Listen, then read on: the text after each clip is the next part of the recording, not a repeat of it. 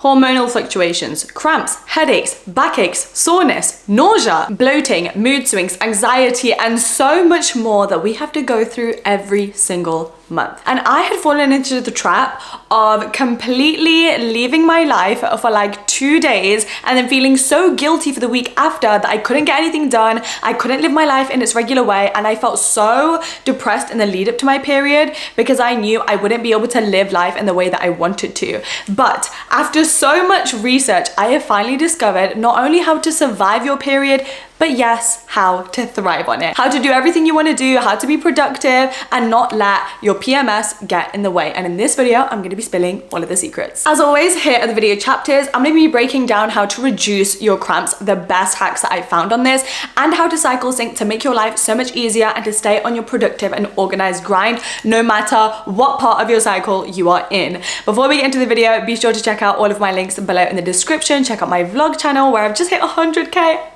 If you're subscribed to the vlog channel, shout out you. You're a real one.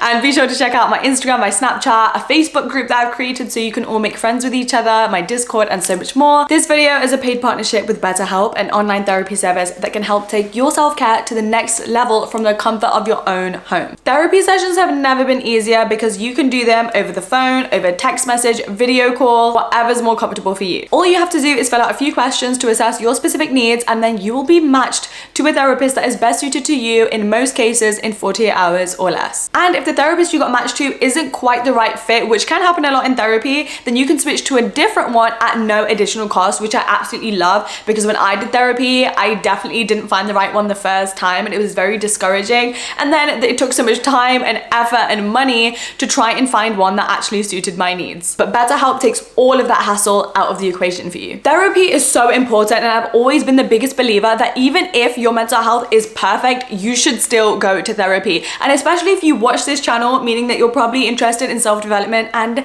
becoming your best self, therapy plays a very large role in that. So if you're ready to really level up into the best version of yourself, then consider online therapy with BetterHelp by going to betterhelp.com/tamkaur, and you can get 10% off your first month of therapy with BetterHelp. Chapter number 1, reducing your cramps and leveling up your self-care and emotional well-being on your period. The first step is all about slow productivity, something that I just discovered recently and has absolutely changed the game for me. If you don't know what this is, slow productivity is when you focus more on the quality of your work than the quantity of it. Slow productivity is my favorite because this values consistency above all else.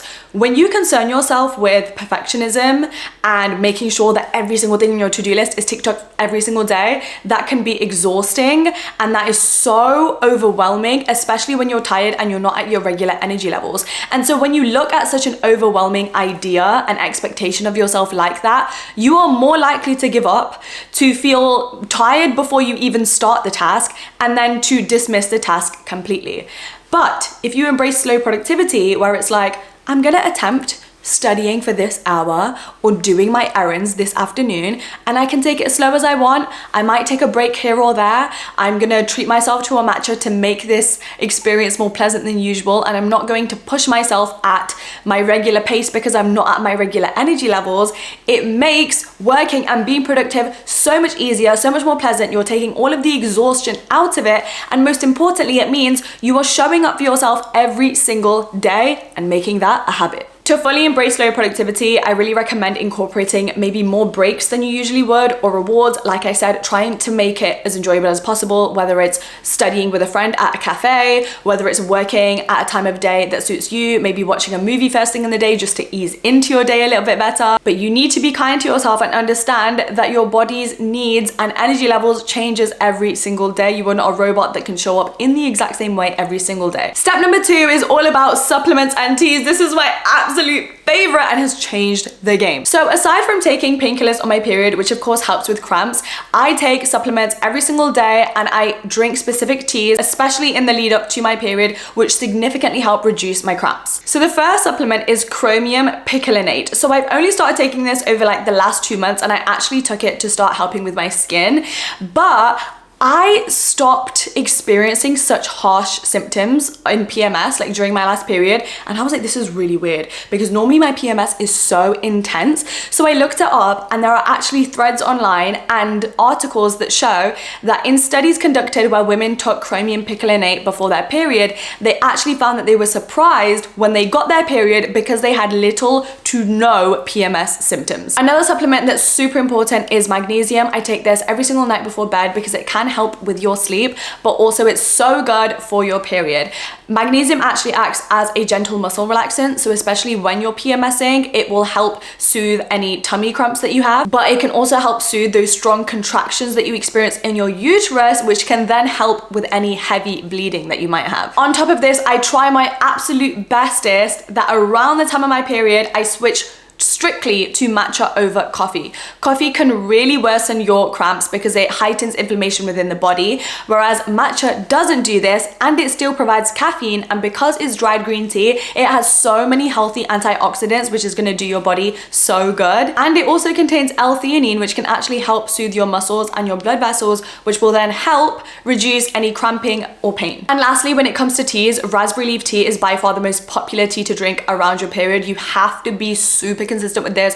Drink it once a day, not only during your period week, but well in advance to getting it. The third step to hacking your pain around your period time is to balance your hormones. This is probably the most essential step in the entire video, and unfortunately, it is the most boring one.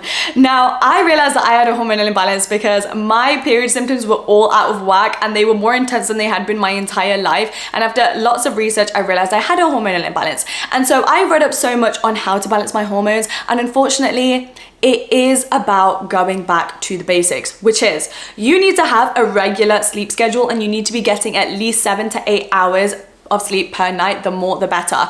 Essentially what this means is if you have a very irregular sleep schedule, or you're not getting enough every single night, the hormone cortisol will increase in your body, and this is basically what makes you feel super stressed, therefore contributing to a hormonal imbalance. It's also super important to exercise and move your body because that allows you to hack your happy hormones like your dopamine and your serotonin, bringing you to a more balanced state, along with reducing sugar and having a well balanced diet. So eating meals that will balance your blood sugar to decrease any inflammation within the body. I actually have multiple what I eat in a day videos on my vlog channel, so be sure to check them out. It's also important to reduce your stress where you can, which I know is such a basic step. Okay, I know, and I'm so sick of hearing that myself, but ways to do this is to incorporate meditation. Once again, to incorporate breaks. Like, I have really put a lid on my stress, where when I'm planning out my week, I used to just plan out my productivity, my time blocks, trying to achieve as much as I could. But now I plan in social time, family time, solo date time, and break time where I can be lazy and be a couch potato and watch Netflix. You need to be planning those times so that you actually have a balanced life and you're not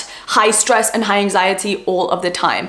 Another great way to balance your hormones is to make sure that you do not drink coffee first thing on an empty stomach, and try to cut off your caffeine intake at around 3 p.m. every single day so it doesn't interfere with your sleep, which can, of course, if it's bad, increase your stress. And then lastly, try to maintain an anti-inflammatory diet. So this means cutting out dairy as much as you can, as well as sugar. But once again, check out my vlog channel where you can see my recipes, because I eat in this way and it's definitely helped my body a lot. And this links onto the next step, which is diet and the best foods that you should be consuming around the time of your period. When I tell you, it is more important than ever to pay attention to what your diet looks like around the time of your period, because it is going to be the difference between experiencing super high inflammation, which means heavy bleeding and cramping, to a very happy, healthy, balanced body. That means that your period experience is a lot smoother. So what this means is eating a lot less junk food. Now listen, I personally love to indulge during my period because I think at that time your body is requesting rest and to take things slower, and you deserve to treat yourself. But I just try to balance this as much as I can. So I will order out, I'll order like my favorite junk food once for one meal. Other than that, I try to stay on a whole food diet as much as possible, and meal prepping really helps with this. I cook a couple of days beforehand. I put everything in Amazon meal prep containers, so I'll make a lot of chicken and veg for all of my meals. Because let me tell you, processed foods triggers cramps like no other. Same goes for sugar. So my sweet treat most of the time is a date, like a pitted date, and then I put dark chocolate inside. If you haven't tried it, please try it. It tastes like a chocolate bar. That is my dessert every single day. It's amazing for you. It's super sweet, but it's actually still good for you. Whereas if you have chocolate cravings and you're consuming milk chocolate, that contains dairy, is processed, it contains refined sugars, and it's just gonna cause a whole lot of inflammation. Dark chocolate actually contains magnesium and antioxidants, meaning it's giving good benefits back to your body. It's important to eat foods that support your estrogen levels because they can fluctuate throughout your cycle. So this means adding things like lots of colorful fruit and veg to your diet, eating whole foods and lots of protein like chicken and salmon. And then the last step for this chapter is working out on your period. Now, there is a lot of evidence out there to suggest that working out on your period can actually help ease your cramps, but only specific exercises, things like, you know, gentle Pilates rather than reformer Pilates, yoga, and walking.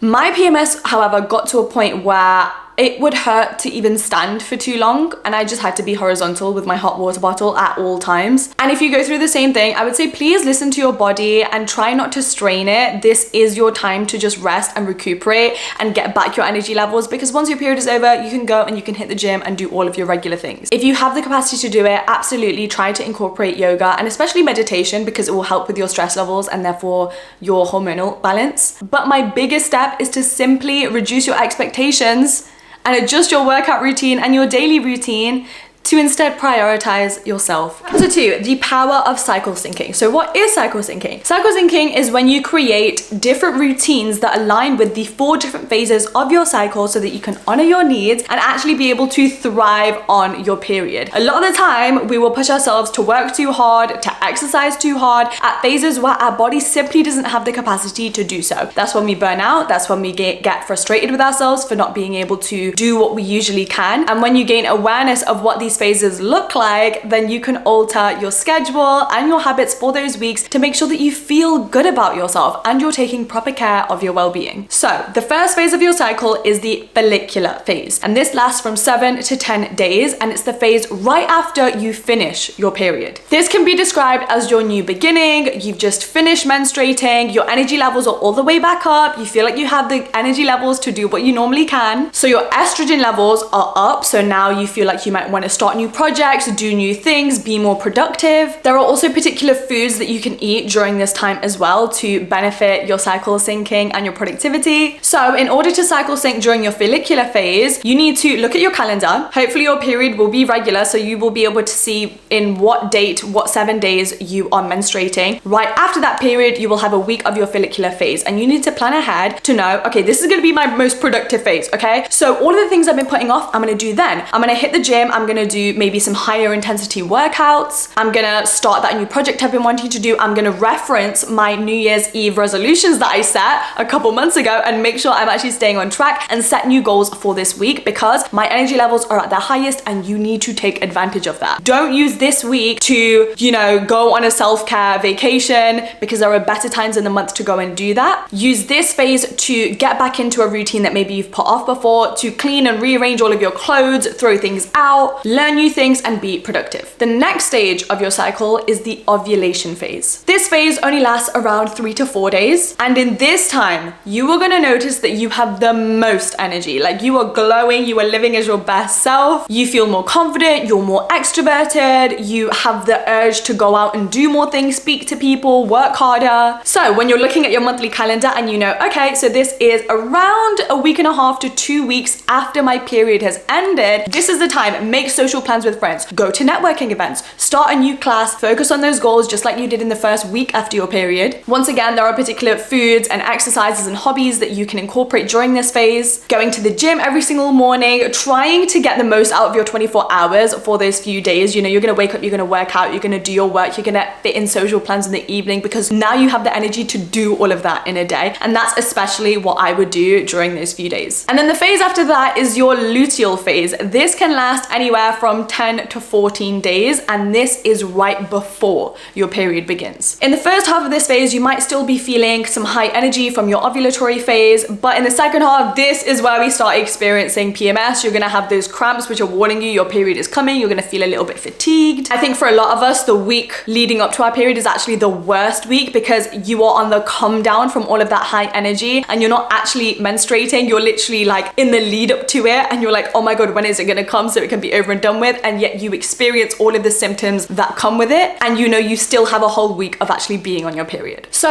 during this phase, you're gonna feel your energy dropping. You're gonna feel like you wanna eat a lot more and have a lot more cravings, along with feeling very irritable, like your patience is gonna be down here, and all of a sudden everything is gonna get on your nerves. You might also feel sad. I've heard a lot of women say they start to feel very hopeless about their life. They feel like everything is going wrong, and then after this phase is passed, they realize, oh, I was literally just PMSing. So it's extra important to pay attention to your body and adjust your schedule accordingly so that you can thrive during this period. Personally, what I like to do is I like to spend more social time, just because I have less capacity to do work. I'm more fatigued, I feel a bit sad, I'm very irritated, so I want to go out and actually do fun things. For you, if your PMS symptoms are a little bit different and you're very, very irritable, then you might not want to do social time. And I think in those cases, it's actually really nice to practice your self-love, give your love languages back to yourself, take yourself on a solo day, or simply just start the relaxation and self-care period where you can take it slow, you can do some cute self-care routines, you can watch your favorite childhood movies, reconnect with your inner child, do some journaling to figure out your emotions,